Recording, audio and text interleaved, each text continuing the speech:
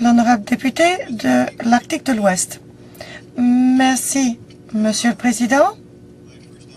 C'est la première fois pour moi de débattre dans ce nouveau Parlement. Je ne suis pas heureux d'avoir à débattre de cette question plus particulièrement, mais je suis heureux que le Parlement fasse l'effort d'examiner cette question car j'estime qu'elle est sérieuse et importante que cette question pour beaucoup de gens dans ce pays, notamment dans ma circonscription, dans les territoires du Nord-Ouest, où le service postal est une partie essentielle de notre système de communication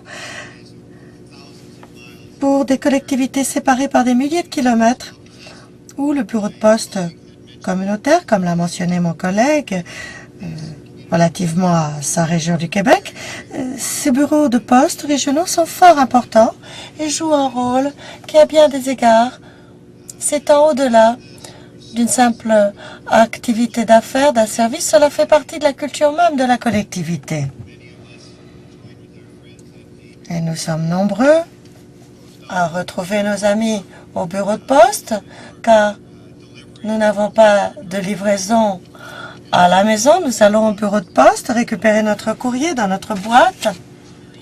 Et c'est une expérience qui nous rassemble. Et à bien des égards, nombre de nos collectivités ont absolument besoin de ce service. Monsieur le Président, dans certains cas, j'ai eu le cas à Colville Lake, à Noël dernier, le chef de Colville Lake travaillait avec moi pour essayer d'obtenir un service de livraison de paquets pour qu'ils puissent offrir des cadeaux à leurs enfants, faire des achats en ligne, etc. Ces genres de services pour les collectivités dans le Nord sont limités, mais sont très importants, avec facturation sur livraison. C'est très important pour nous, ce que fait le service des postes.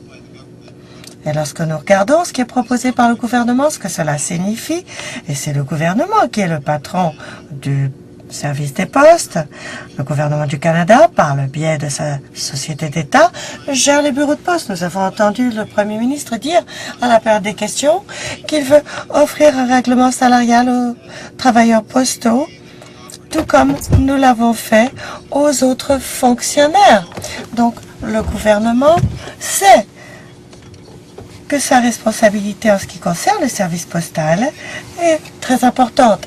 Et qu'a-t-il fait dans le Nord au cours des dernières années pour ce qui est de sa politique à l'égard de Post Canada? Eh bien, l'une des choses qu'il a faites et qui s'est avérée un échec lamentable, Monsieur le Président, c'est la révision du programme de livraison d'aliments. C'était un service essentiel, un service public essentiel pour les résidents du nord de ce vaste pays.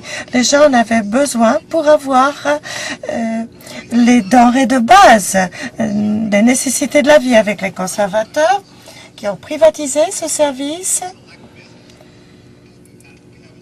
il a une situation où les possibilités pour les gens de tirer profit de ce service de livraison d'aliments ont été très contraints et les protestations se poursuivent dans le Nord. Ce que nous voyons donc avec le programme des conservateurs, c'est que sa politique change pour privatiser un volet essentiel du service dans le Nord de Post Canada. Ce qu'il a fait a été catastrophique. Nous n'avons pas un système fonctionnel à l'heure actuelle. Et il est essentiel que cela change, car les gens ont faim. Les gens n'ont pas une alimentation adéquate. Cela ne fonctionne pas.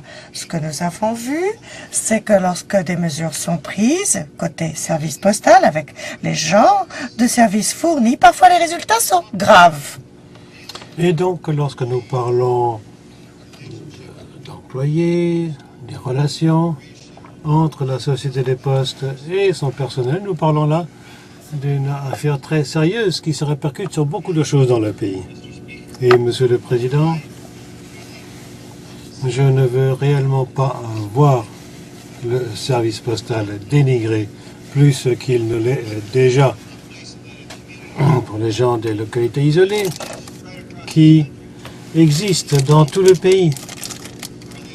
Et ces gens-là,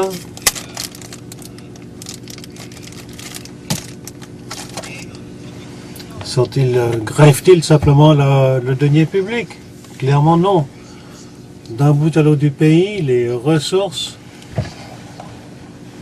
qui alimentent la reprise économique que nous voyons, eh bien, elles proviennent des régions isolées du pays. Et donc nos régions sont importantes pour l'avenir du Canada. Et nous avons donc besoin d'un bon service. D'un service qui fonctionne bien, d'un service public. Et ma crainte avec les actions de ce gouvernement, dès le début de son mandat, avec sa première majorité, c'est qu'il s'attaque à ce service public et contraint et cherche à le mater, à lui enlever le vent des voiles.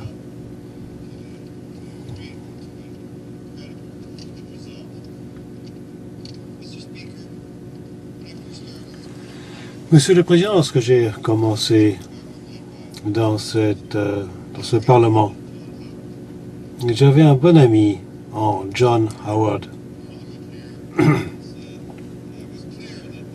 Il était clair. Et le Premier ministre l'aimait beaucoup, d'ailleurs il l'aimait tellement qu'il lui a volé certains de ce discours qu'il avait prononcé ailleurs. Et c'était assez divertissant pour beaucoup d'entre nous qui reconnaissions ce problème qu'il avait du fait de sa grande amitié avec John Howard. Eh bien, le gouvernement Howard s'est attaqué aux travailleurs dans son pays. Ça marchait très bien au début.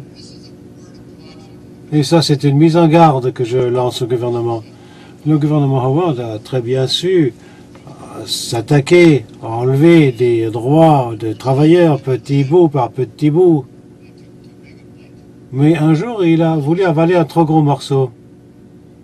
Eh bien, M. Howard, c'était un morceau plus gros que ce qu'il pouvait avaler. Et maintenant, M. Howard jouit d'une retraite forcée. Et il n'est plus au pouvoir. Il a été remplacé. Et donc, au gouvernement conservateur qui s'embarque dans cette majorité avec cette mesure draconienne contre les travailleurs de ces pays, eh bien, prenez la leçon. Si c'est votre début sur le chemin de Howard, eh bien, nous allons nous attaquer à vous. Et lorsque viendra la prochaine élection, si vous poursuivez dans cette voie, vous vous retrouverez au même endroit que John Howard, dans la poubelle de l'histoire.